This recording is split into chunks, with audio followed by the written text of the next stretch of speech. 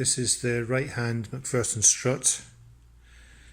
In the top here there's a bearing down here, roller bearing, and even after lots of lubrication it's knackered. Needs replaced. Some people will say don't ever do what I'm just about to do, but I'll explain to you how you can do it. Use an impact driver with the spring compressing. In other words, the spring is still under tension. Wind the nut off slightly, only enough to break the torque in the nut, because if you try and undo the nut just using an Allen key in the top slot, you'll find it almost impossible. So just power off the nut, but don't completely release the spring, because the spring can explode off. This particular spring's not under a great deal of tension, but some springs are, especially if you get a smaller diameter spring, smaller outer diameter springs, but with a large diameter of bar the spring's made up of, spring steel. If you get one of those type, they will explode off with a lot of force because they're under a lot of tension. So making sure you're on unwind, just fire it a few times. That's it, that's enough. And you can see inside now the nut is starting to come away. You'll now be able to undo the nut with an Allen key. I've made this tool. This is, I've ground away the centre of a 22mm deep socket, and there's a 6mm Allen key. Now that you've unwound the nut but still got the nut on, you want to employ your spring compressors. There are different types of spring compressor.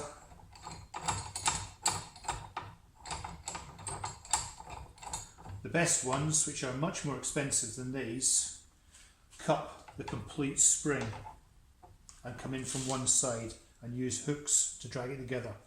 That means you only have to access one side of the spring. With these, you've got to access two sides of the spring, and you can't always do it.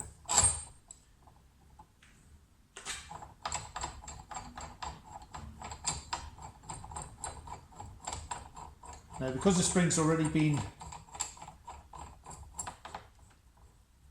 slightly decompressed, you don't need to compress it very much. All you're doing is taking the tension taking the compression off the spring. Because the spring's not actually in tension, is it? It's in compression. So I'm just using an extension here, so I've got access to the spring. Just make sure it's tightening, which it is. It's now tightening. Just going to tighten up a little bit.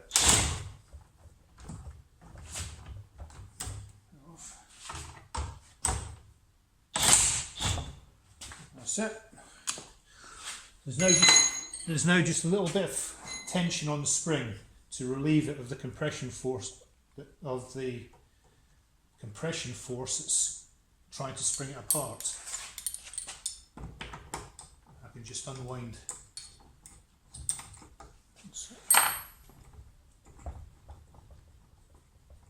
The spring shouldn't now explode, and there we are.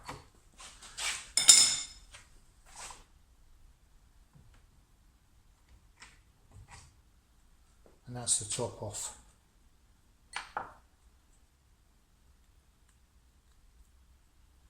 Now I'd already made an attempt at repairing this, but you can tell by the sound.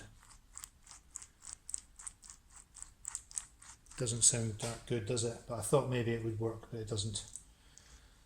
So just need to fit or paint a new one and fit a new one. Here we have the new guide support, 110 quid's worth per side, not cheap. got some grease here, adding some grease. It comes pre-greased, but you can always add a bit more.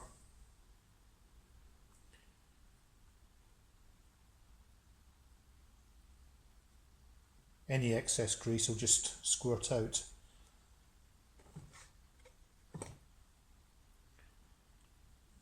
Appears to be very dry on the top, but soon rectify that.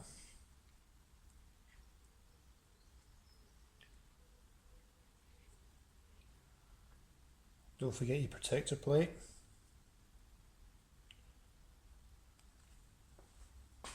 And put it back on top. The spring needs to be compressed some more. So I'm going to compress the spring some more. Needs to go down evenly on both sides.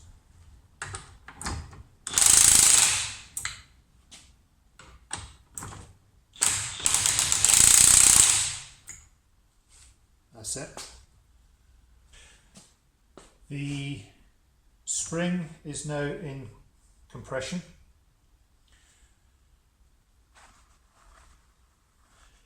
Bearings all greased up.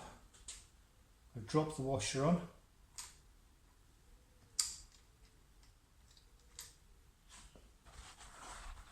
And the new nuts.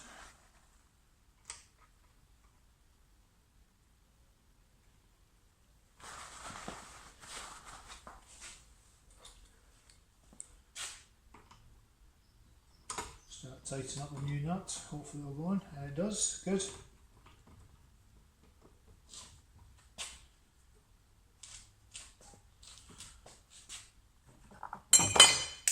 Need the Allen key.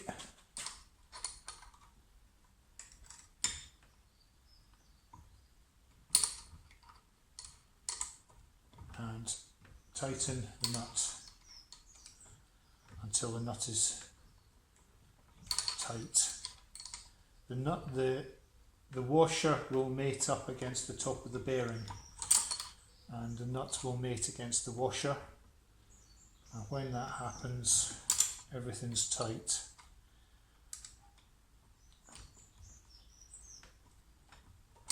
There may be a torque for it, but really the torque's not particularly relevant in the sense that you're screwing a nut against a flat surface.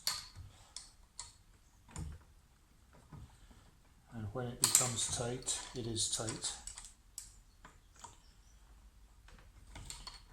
If the compression on your spring isn't adequate, what will happen is that the nut will become tighter, but you'll keep being able to turn it.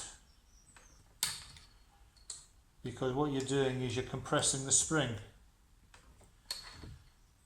As long as your spring, there we go, as long as your spring is compressed enough to enable the top guide support to be fully mated with everything, that's good enough. There we go. That's not compressing the spring now, that's me up against a solid surface.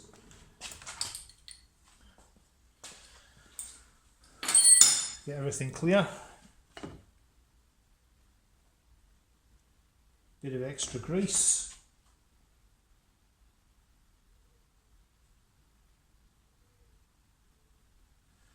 Put the grease in the hole. Nice clean screwdriver or other appropriate tool just to push the grease down towards the bearing.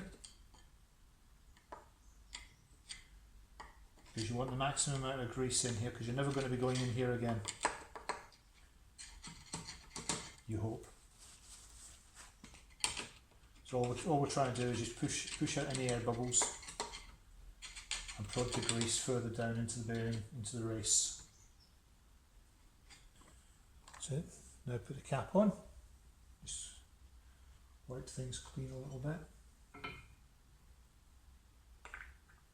Put the cap on and just temporarily replace this. And then the nuts hold everything onto the wing of the car. And it all just hangs loose until it's bolted to the hub. Don't forget take the compression off the spring. So a couple of blasts. This is on unwind, obviously. Make sure.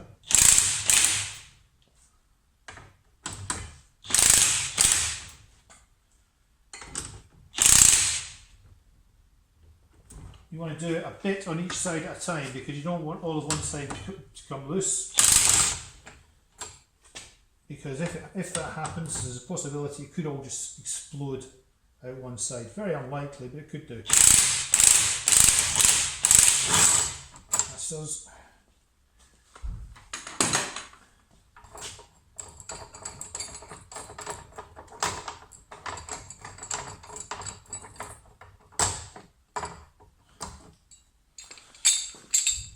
Job's a good one.